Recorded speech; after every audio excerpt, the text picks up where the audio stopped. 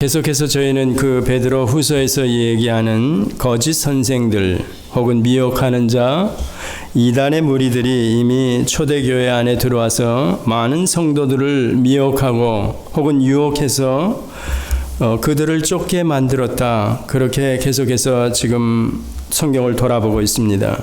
오늘 본문도 시작하면서 15절에 저희가 이랬을 때 그 앞절에 설명하던 모든 사람입니다. 12절로부터 제가 한번 다시 돌아보면 그러나 이 사람들은 하면서 저희가는 바로 이 사람들을 얘기하는 겁니다. 제가 바로 그 윗절만 끌고 왔습니다. 본래 잡혀 죽기 위하여 난 이성 없는 짐승 같아서 그 알지 못한 것을 회방하고 저희 멸망 가운데서 멸망을 당하며 불의의 값으로 불의를 당하며 낮에 연락을 기쁘게 여기는 자들이니 점과 흠이라. 너희와 함께 연애할 때에 저희 간사한 가운데 연락하며 음심이 가득한 눈을 가지고 범죄하기를 쉬지 아니하고 굳세지 못한 영혼들을 유혹하며 탐욕에 연단된 마음을 가진 자들이니 저주의 자식이라. 이러면서 저희가 하면서 계속해서 설명하는 겁니다. 바른 길을 떠나 미혹하여 부올의 아들 발람의 길을 쫓는도다.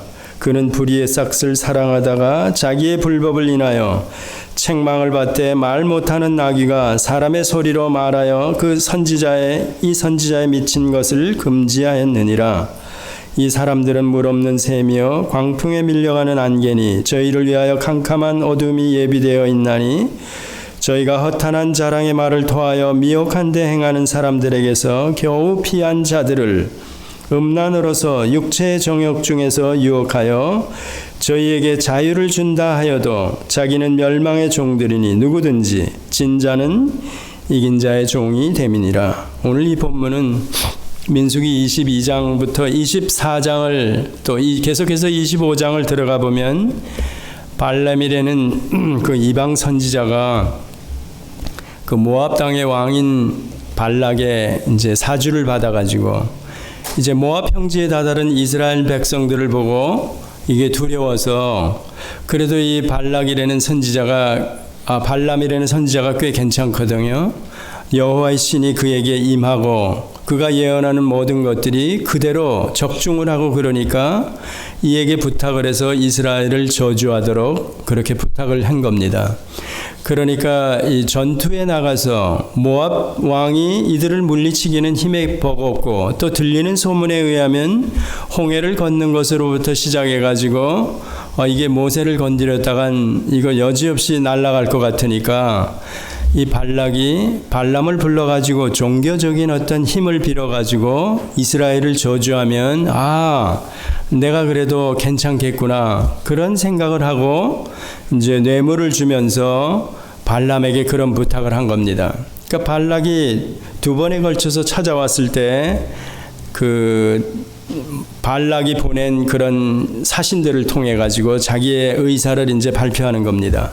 사실 24장까지 민수기 24장까지 한 두 장을 거쳐서 읽어보면 그 안에 발람이 무슨 잘못을 했을까 이런 생각을 할 수가 있습니다. 실제 내용은 그러면서 24장이 끝나고 민수기 25장으로 들어가면 그 미디안 여인들과 이스라엘 족장들이 행음을 하고 바알 부올에서 우상을 숭배하고 그런 사건이 일어나면서 하나님께서 그들을 저주하고 심판을 내리면서 그 족장들을 대낮에 목을 매달고 죽이는 또 연병을 퍼뜨려 가지고 24,000명이나 죽는 그런 사건이 등장합니다. 계속해서 저희가 민수기를 25장에서 계속 쭉 읽어 나가다 보면 31장 오늘 제가 코트한 그 8절과 16절에 들어가 보면 이 발람이 결국은 미디안을 칠 때 하나님께서 벌하실 때 거기서 칼에 맞아 죽었더라 그런 얘기가 나옵니다. 그리고 민수기 31장에 보면 보라 이들이 발람의 꾀를 쫓아 이스라엘 자손으로 부올의 사건에 즉 바알 부올에 있는 바알의 신당에 우상 숭배를 하고 절을 하고 음행을 했다는 겁니다. 난교라고 설명을 드리죠. 우리가 고린도 교회도 그런 게 많았다 그랬죠. 이제 그런 사건이 벌어져서 여호와 앞에서 벌을 받았다. 연병이 일어나서 24,000명이 죽었다. 자, 발람의 사건을 그렇게 민수기 22장에서 24장까지만 보면 별로 그렇게 잘못된 게 없는 듯 합니다. 실제로는. 그래서 그 부분을 잘 들어가 보면 민수기 20 첫 번째 사신들이 왔을 때 내가 하나님께 기도해 보고 내가 이 너희들의 요구를 들어줄지 내가 답변을 해주겠다 그러고 이제 민수기 22장 한번 볼까요? 22장 12절에 보면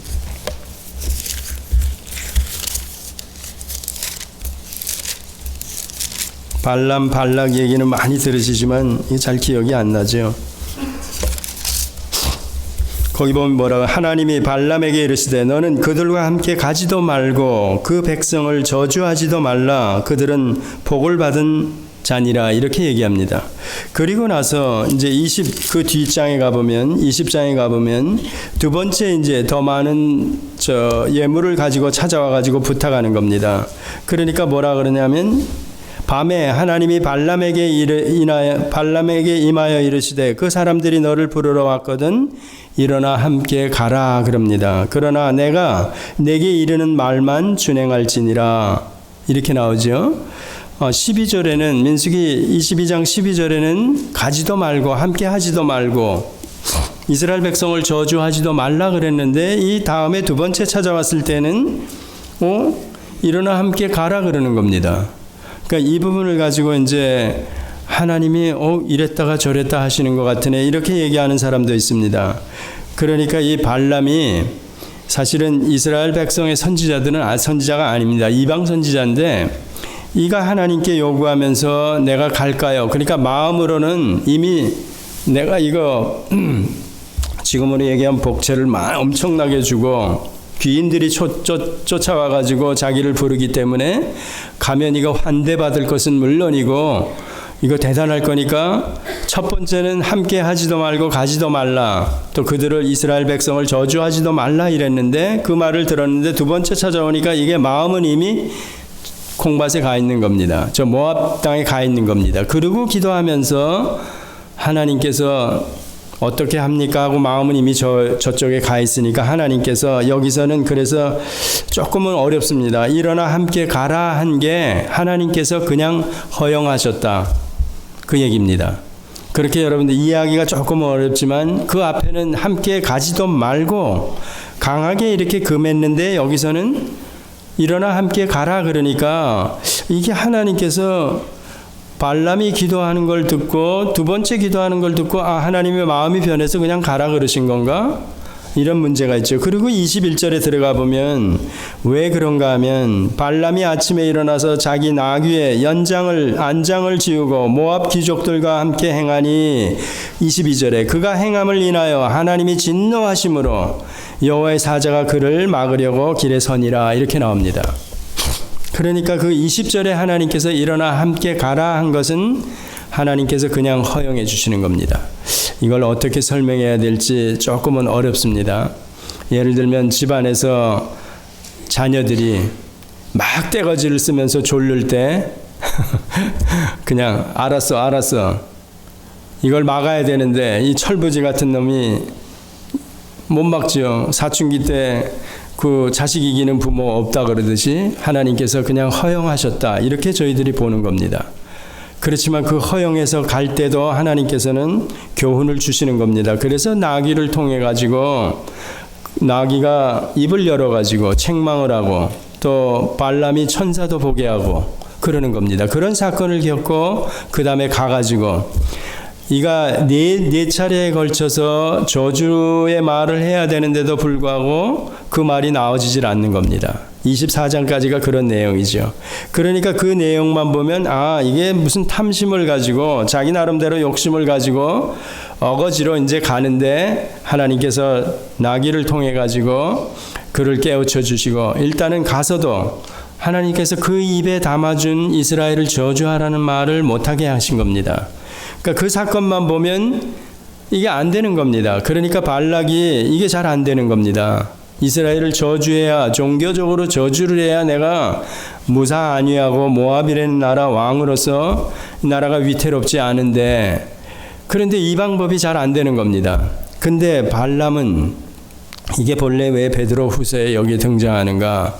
앞서서 저희들이 2장을 들어가면서 계속 설명한 대로 거짓 선지자, 거짓 선생들, 또 그 따르는 무리들 전체라 그랬죠.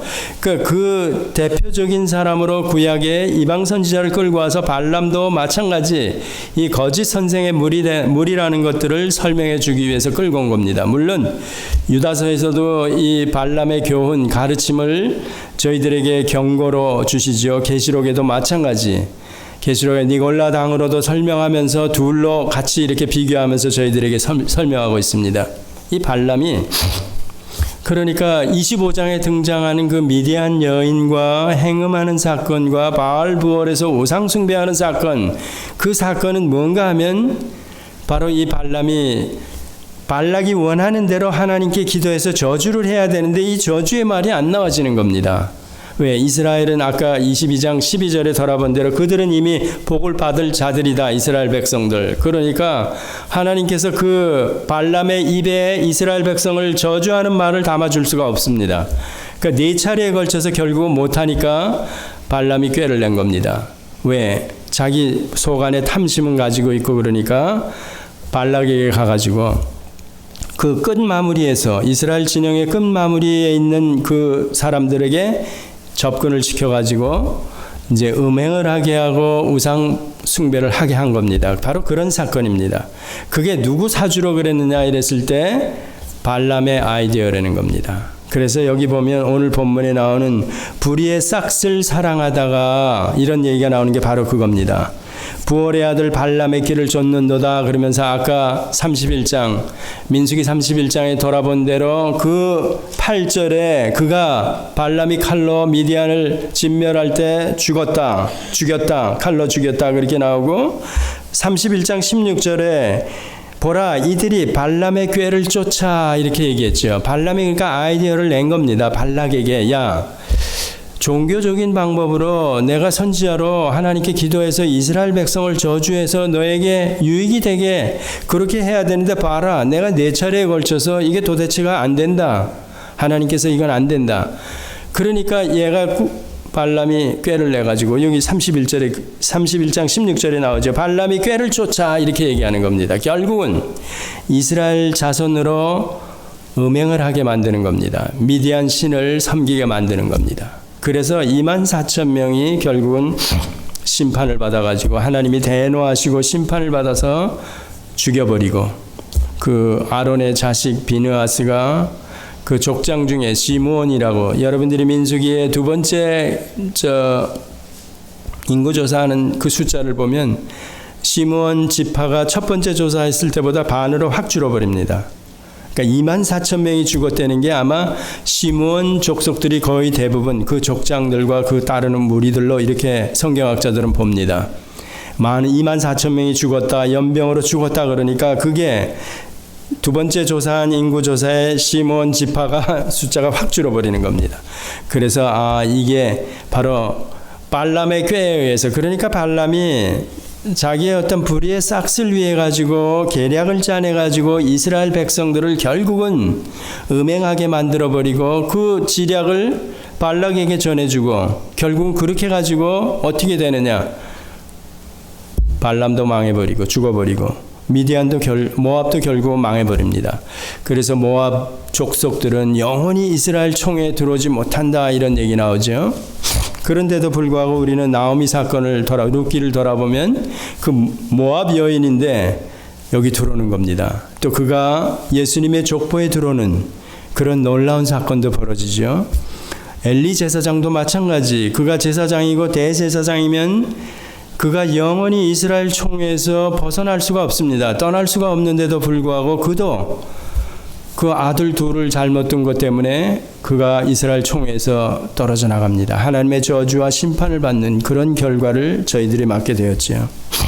자, 그러면 이 발람이 오늘 우리들에게 어떤 교훈을 주는가? 실제로는 오늘 이 본문은 지도자, 이때 이방 선지자이지만 그가 탐심을 가지고 다른 마음을 가지고 어떻게 보면 양다리 걸침을 한 겁니다. 예를 들면 저 같은 목사가 제가 제가 겉으로는 이렇게 여러분에게 복음을 증거하고 성경을 여러분들에게 가르쳐 드리고 전하고 이러면서 한편으로는 뒤로는 무슨 짓을 하는가? 제 나름대로 머리를 굴리고 꾀를 내서 불의의 싹을 제가 챙긴다는 얘기입니다. 바로 그런 의미로 저희들이 받아들일 수 있습니다. 그러면 이렇게 가는 무리들을 쫓아가는 나머지 무리들도 무지무지하게 많다는 얘기입니다. 이미 베드로 전서나 후서, 특히 후서를 통해서 2장을 돌아보면서 저희가 계속해서 왜 교회 안에, 그때 당시 초대 교회 안에지요, 교회 안에 이런 엉터리 같은, 우리가 생각할 때 이게 말도 안 되는, 한 30년 예수님이 부활 승천하시고 나서 베드로 전후서가 쓰여질 때 요 기간을 보면 길어야 한 40년, 50년 요 사이입니다. 이 서신이 쓰여진 때가. 그러니까 그때를 생각해 보면 이게 아주 순결하게 교회가 막 시작한 때니까 이때 무슨 불순한 것이나 거짓 지도자나 미혹하는 자들, 이단들이 들어올 수가 있느냐 이러지만 천만에요.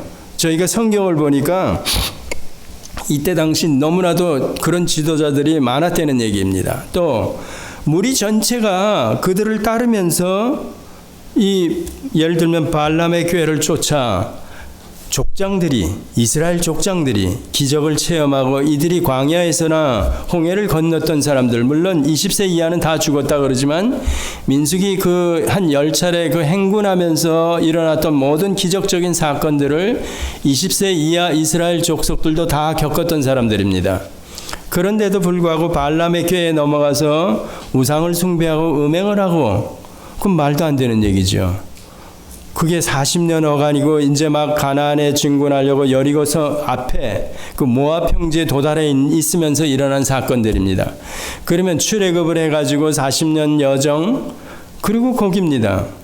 그러면 40년 동안에 하나님의 기적적인 방법으로 이들이 출애굽을 해서 광야 40년 훈련기라고도 그러는 그 기간을 지나면서 신발이 이렇게 닳지 않고 발이 부르지 않고 의복이 저거 하고 만나 메추라기 사건 모든 것들을 겪은 사람인데도 불구하고 발람의 궤에 넘어가서 이들이 우상숭배를 하고 음행을 저지르고 하나님을 반역했다.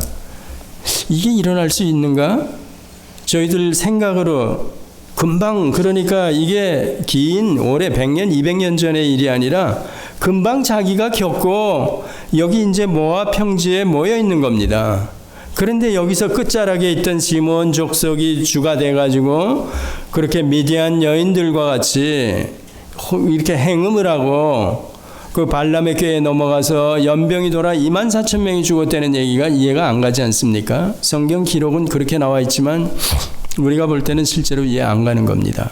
그러면 초대교회도 마찬가지. 저희가 한 30-40년 어간에 교회가 이게 바로 시작해서 순수하게 가는데 이때 벌써 거짓 선생들이나 이단들이 또 그 가르침에 따르는 그 가르침을 쫓는 무리들이 허다하게 많았다는 얘기는 이게 대단한 겁니다. 왜? 이 베드로후서 2장 전체 내용이 사실은 그 거짓 선지자들에 대한 경고며 바로 이 메시지가 오늘 저희들에게도 그대로 그때 거기 그들에게 주어졌던 의미, 그 내용이 오늘 여기 우리에게도 그대로라는 겁니다. 지난 주간에도 말씀드린 대로 지금은 더하면 더했지 덜하지 않다 이렇게 보지 않습니까? 어쩌면 통째로 저희 교회가 부패해 있다. 저희가 돌아보는 대로 한국 교회 모든 가정이고 교회고 국가고 보면 지도자 때문에 그 밑에 민초들이 혹은 가정에서 얘기하면 식솔들이 상당히 어려움을 당하는 경우가 많습니다. 교회로 얘기하면 목사 때문에 그렇습니다. 지도자들 때문에. 그러면 이 초대교회나 지금이나 그렇다면 지도자들이 바로 서 있고 바르게 진리를 전파하고 또 이 싸움이 굉장한 싸움입니다. 영적 싸움이. 그런데 여기서 이미 발람과 같이 그 꾀에 넘어가 그 스스로가 겉으로는 그럴듯해. 4번에 걸쳐서 이가 예언을 했는데 이스라엘 저주하는 예언을 안 해. 그런데 계속해서 그 모압 왕 발락이 제시한 뭔가 황금 덩어리 같은 그게 계속 마음을 뺏기고 있으니까 이 발람에 의해서 꾀를 내가지고 이스라엘 백성들 그들을 행음하게 만들어버린 겁니다. 우상숭배하게 만들어버린 겁니다. 바로 이 사건이 뭘 얘기하느냐 이랬을 때 저 같은 사람이 목사가 겉으로는 그럴듯하게 제가 성경을 말씀을 전하고 이러면서 야야 눈 감아주고 자기도 그러면서 탐심 때문에 그러면서 쫓아오도록 하는 겁니다. 이미 지난 시간에도 그랬죠. 호색하는 무리와 그 무리 전체가 지도자는 물론이고 그 추종하는 자들이 다 따라가면서 그건 덮어주는 겁니다. 왜? 앞서가는 사람이 그러니까. 그런 식으로 교회가 얼마든지 갈 수 있다는 겁니다. 겉모습을 봐가지고 여러분이 저를 모르지 않습니까? 제가 또 여러분도 모르고 또 여러분이 여러 목사님들 유명한 목사님들도 많은데 그분들 다 아십니까? 모르죠. 그래서 이 베드로후서는 먹은 신약성경에 들어오면 그러므로 하면서 진리에 관한 부분을 설명하고 나서 그러므로 형제 로마서로 얘기하면 그렇게 나오죠. 우리 몸을 거룩한 산 제사로 드리라. 또 하나님이 지금 신약 성도들에게도 내가 거룩하니 너희도 거룩할지어다. 구약과 똑같이 요구하는 겁니다. 그러니까 우리에게서 각자 한 사람에게서 나와지는 행실을 보고 그가 바로 하나님의 백성인가 아닌가, 하나님의 자녀인가 아닌가를 안다는 얘기입니다. 그렇다면 지도자는 지도자대로, 여러분 여러분대로, 성도라는 의미가 바로 그런 거라 그러지 않았습니까? 세상으로부터 건져짐을 받아서 구별이 된 자다. 성도라 칭함을 받는다. 안디옥 교회 최초의 그리스도인이라 칭함을 받았다 그러면 그 사람들이 그때 당시 사회에 어떤 사회 풍조에 밀려서 가는 사람이 아니라는 얘기입니다. 저거 그리스도인이네. 저 그리스도인이네. 그 얘기입니다. 지금으로 얘기하면 저 예수 믿는 사람이래. 그 얘기죠. 그러면 예수 믿는 사람이래. 그 말에 우리의 모든 행실이 본이 된다는 겁니다. 성경적인 가르침으로 발람의 교훈을 쫓든지 거짓 선생들의 교훈을 쫓아서 그 무리를 이루고 가는 거기에 섞일 수 없는 자들, 그런 자들이라는 겁니다. 그럼 성도라 그러는 그 기본, 죄와는 이제는 저희가 가까이 할 수 없는, 더 이상 죄의 종, 사탄의 종이 아닌 의의 종, 하나님의 종으로 이제 부름을 받은 사람들을 보고 성도라 그러는 겁니다. 성도, 구별되었다. 이스라엘 백성으로 얘기하면 애굽에서 건져내어진 자, 강한 손과 편팔로 건져내어서 이제는 내 백성을 삼아버린 자들. 마찬가지 우리도 죄악 가운데 있던 우리들을 하나님께서 예수 십자가의 보혈로 건져내어 가지고 내 자녀, 내 아들과 딸로 삼은 자들이라는 겁니다. 그런 자들을 향해서 하나님께서 이렇게 살아라, 이렇게 살아라, 거룩한 백성으로 살아라, 그 얘기하는 겁니다. 그렇다면 당연하게 우리에게서 나와지는 모든 행실이 거룩한 자로 살아가야 되는 겁니다. 그런데 이런 내용들을 보면 이게 말도 안 되는 얘기 아닙니까? 발람의 가르침을 꾀를 쫓아서 그렇게 음행을 하고 그랬어. 그 이전에 호색하는 무리들, 불법을 행하는 무리들, 그런 무리들을 쫓아가, 떼거리를 지면서 쫓아가. 그건 말이 안 되는 거죠. 그러니까 그런 사람들을 보고 저희들이 성도라 그러는가? 예수 믿는 자라고 저희들이 설명할 수 있는가? 그거는 자신이 돌아보면 안 되는 겁니다. 그러니까 이게 어려운 문제입니다. 왜? 많은 다수가 머리를 지어서 가면서 예수 믿는 자라 그러는데 행실이나 모든 면으로 보면 세상이나 별반 다를 게 없습니다. 오히려 겉으로는 이 발람처럼 자기가 이스라엘 백성을 저주하지 못합니다. 그러니까 빨로 하나님의 예언을 그대로 전할 수 있습니다. 그러나 뒤로는 탐심 때문에 온 무리들을 멸망에 빠뜨리는 그런 쪽으로 몰고 갈 수 있다는 얘기입니다. 그러니까 겉과 속이 다르게 혹은 양다리 걸침을 하고 갈 수 있다는 겁니다. 이게 무서운 거죠. 근데 성경은 이거냐 저거냐로 설명을 저희들에게 하는 겁니다. 계속해서. 그게 여러분들이 부담스러울지 몰라도 확실하게 그렇게 구별을 해서 우리 보고 거룩한 백성이다. 내가 거룩하니 너희도 거룩하라. 이렇게 요구를 하는 겁니다. 그러면 제 의지로 제가 좀 괜찮아서 죄악 가운데서 건져진 이 정도면 하나님께서 나를 괜찮아서 불러내셨구나, 이게 아닙니다. 똑같은 시꺼먼 놈들이었었는데 건져내가지고 이제는 내 자녀다, 사생자가 아니고 참 아들이 되었다, 내 아들이며 딸이다, 이제는 어떻게 살아라 하는 명령을 우리에게 하는 거라는 겁니다. 바로 그런 의미에서 이 베드로후서도 마찬가지로 그때 당시에 일어났던 모든 일들, 또 그 일을 거울 삼아서 구약의 스토리들을 끌고 와서 발람의 이 얘기를 끌고 와가지고 이 당시 수신자들에게 교훈을 해준 겁니다. 자, 그러면 저희들의 입장에서는 그 발람의 교훈과 이때 당시 수신자, 베드로후서를 받았던 수신자들, 그 입장, 두 입장을 저희들은 지금 다 가지고 와서 우리가 받는 자들이라는 겁니다. 그러면 지금 불의의 싹쓸, 발람의 교훈이나 이런 것들을 쫓으면 안 된다는 얘기죠. 쉽게 표현하면 그겁니다. 그러면서 설명하는 게 뭐냐면, 자, 16절에 들어가면서는 그겁니다. 여기 15절에 저희가 바른 길을 떠나 미혹하여 부올의 아들 발람의 길을 쫓는도다. 그는 불의의 싹을 사랑하다가 자기의 불법을 인하여 책망을 받되 말 못하는 나귀가 사람의 소리로 말하여 이 선지자의 미친 것을 금지하였느니라. 이것 때문에 사실은 구약 성경, 특별히 민수기가 그 모세오경 안에 들어가지 않습니까? 그래서 비평학자들이 있습니다. 성경을 좀 아주 이성을 가지고 이렇게 판단하고 생각하는 사람들은 나귀가 무슨 말을 해? 이거 말 같지도 않은 얘기가 성경에 기록되어 있네, 그럽니다. 여기도 그러지만 뱀이 하와를 유혹했을 때 그때 뱀이 또 말을 하네? 이거 말도 안 되는 얘기지, 그럽니다. 다 모세오경을 비판하는 사람들이 그렇게 얘기하는 거죠. 그런데 하나님은 전능하신 분이시기 때문에 나귀의 입술을 열어서 말하게 할 수 있습니다. 그렇죠? 우리도 여러분 중에 어떤 분은 방언하시는 분 계시지 않습니까? 우리가 정상적인 사람이라면 이상한 말을 하는 거 아닙니까? 물론 성경에 기록되어 있죠. 그런데 이 나귀가 말을 했다, 뱀이 말을 했다. 그래서 하나님이 전능하시다는 겁니다. 이 사람들은 그러니까 하나님의 전능하심을 믿지 못하기 때문에 이런 얘기하는 겁니다. 자연 질서를 하나님께서 흔들어 버리면 이럴 때도 믿지 못하겠나? 이런 생각을 했을 때 저희들은 그건 안 그렇게 생각할 겁니다. 근데 이런 조그만 일 가지고 이게 어떻게 나귀가 말을 해? 이런 식으로 시비를 거는 거죠.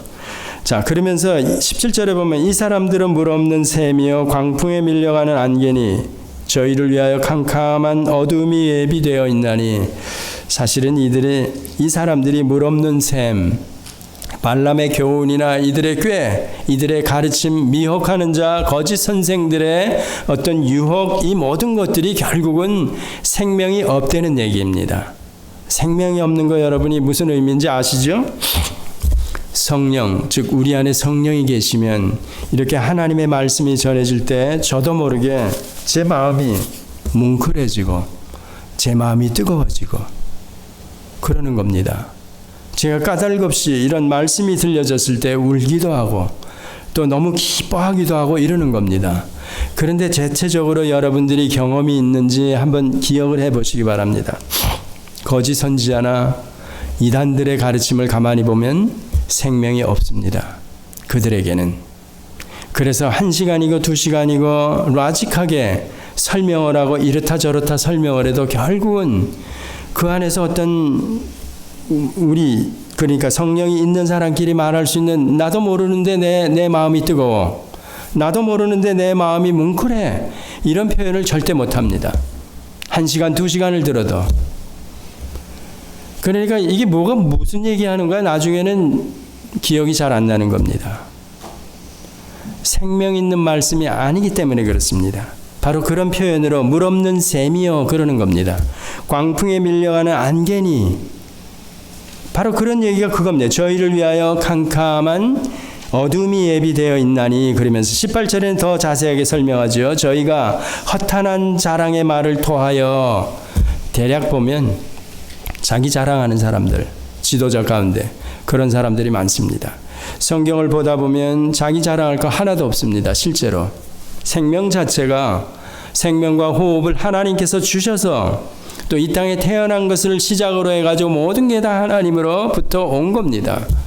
그리고 저의 저된 모습, 이 모습, 제가 이 땅에 살아있는 동안에 기거 동작하는 모든 것도 다 제 쪽에서 자랑으로 꺼내놓을 게 하나도 없다는 겁니다.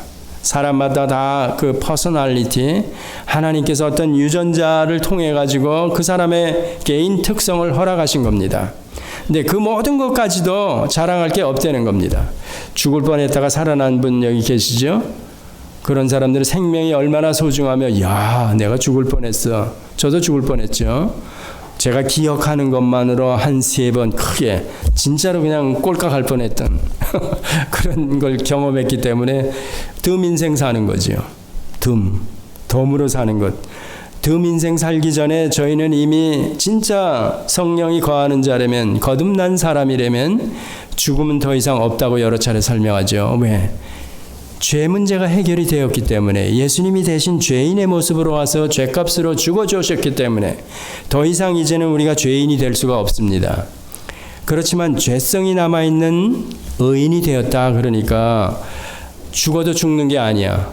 그냥 자는 거로 설명하지 않습니까? 그러니까 죽는 게 두려워할 필요가 하나도 없는 겁니다. 저거 김 목사가 진짜 저 속마음도 그런지 한번 들여다보고 싶은데 여러분 그러시죠?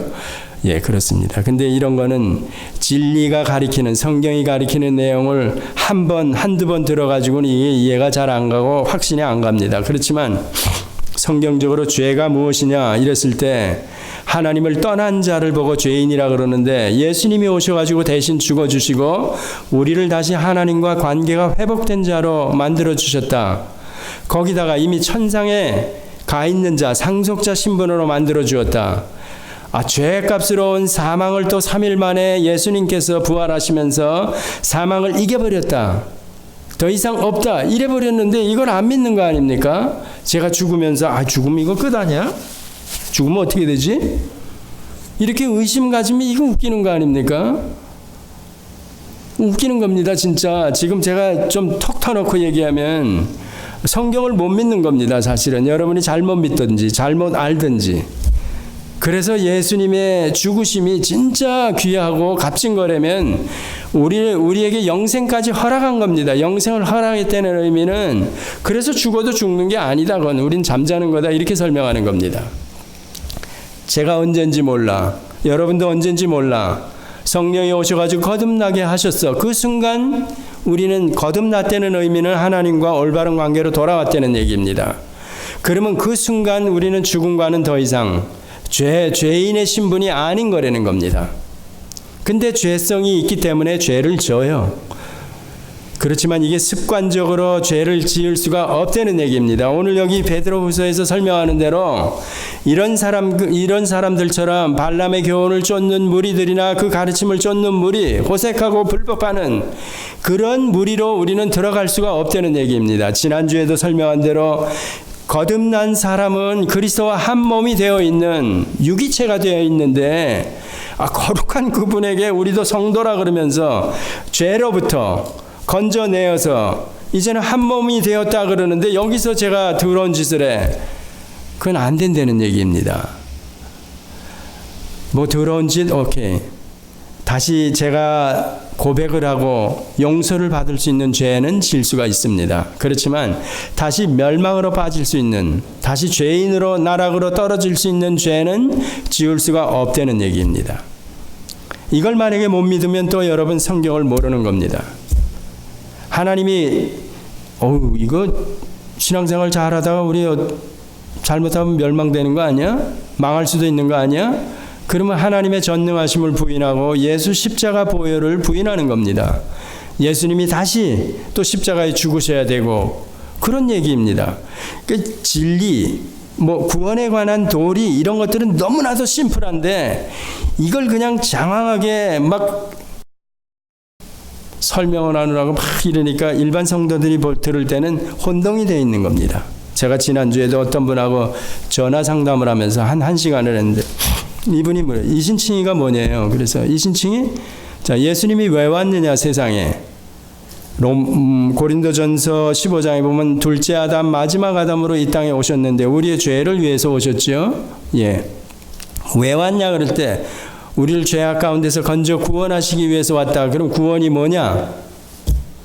구원이 우리가 죄사함 받는 걸 구원이라 그러죠. 그게 다냐? 그랬더니 이제 율법에 대한 이해를 잘 못하고 있는 겁니다.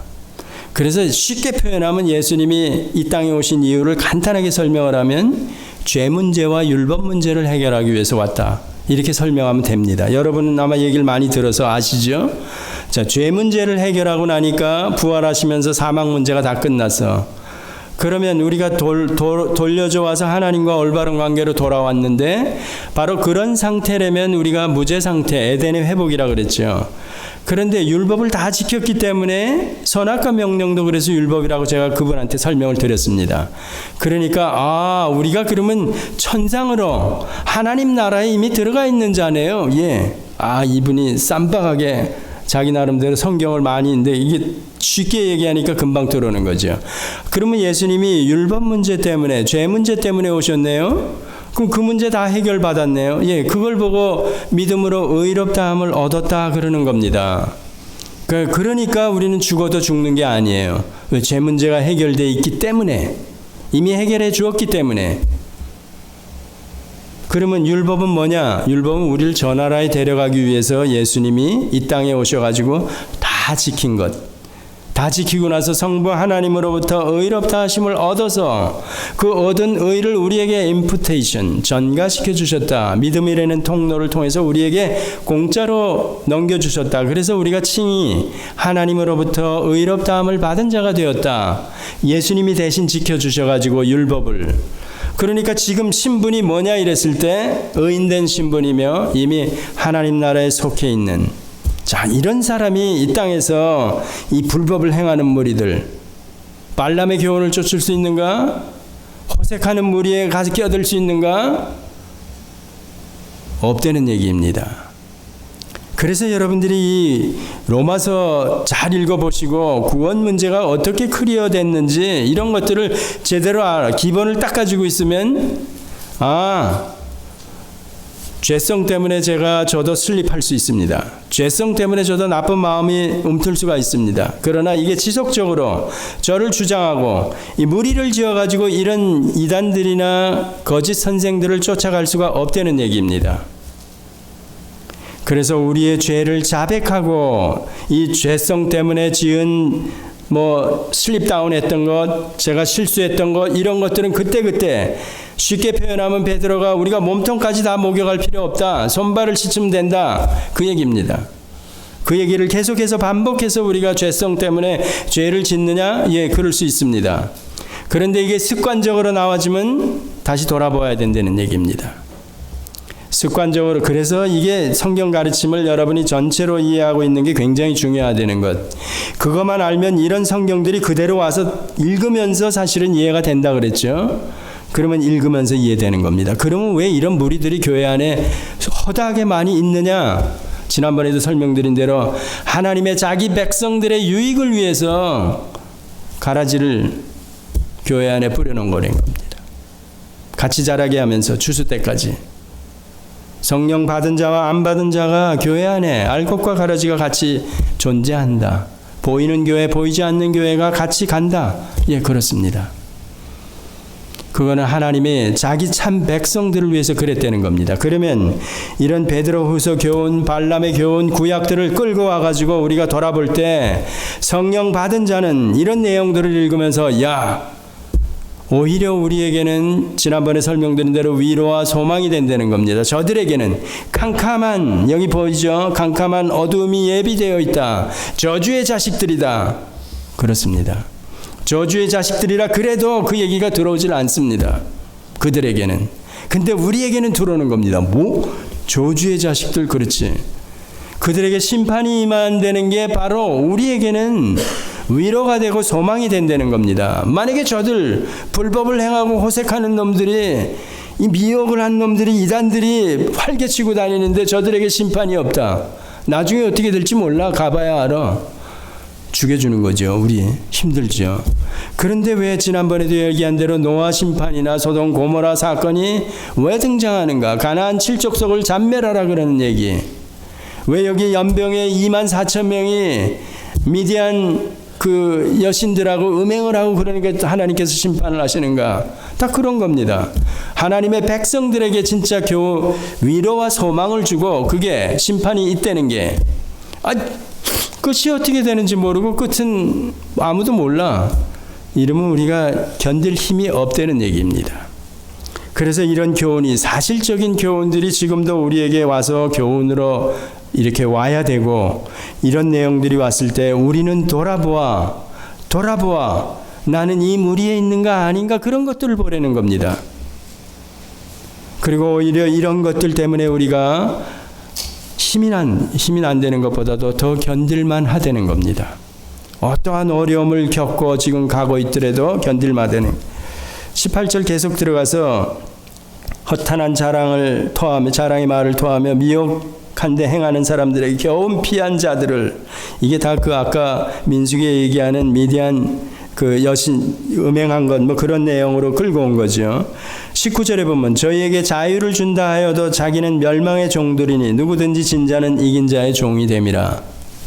예, 이게 무슨 얘기인가 하면 사실상 이 무법한 자들로 설명하는 잘못된 자들의 가르침, 법이 없이 그러는 자들이 잘못하면 난 자유함을 얻었어 이렇게 생각할 수가 있습니다. 법을 무시해버리면서 그건 자유가 아닙니다. 그건 일종의 방종이지요. 별짓거리 다 해도 되는 또 돼. 뭐 더군다나 개혁주의 교리로 가리키는 구원 전능하신 그분이 우리가 모를 때 죄악 가운데서 건져내서 구원을 하셨어. 그러면 그걸로 끝이지.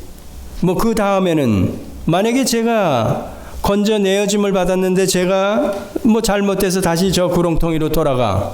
그건 전능하신 하나님 책임이지 뭐. 이렇게 변명할 수도 있고 제가 얼마든지 나쁜 짓하고 별짓거리 다 하면서도 하나님에게 책임을 던질 수가 있습니다. 돌릴 수가 있습니다.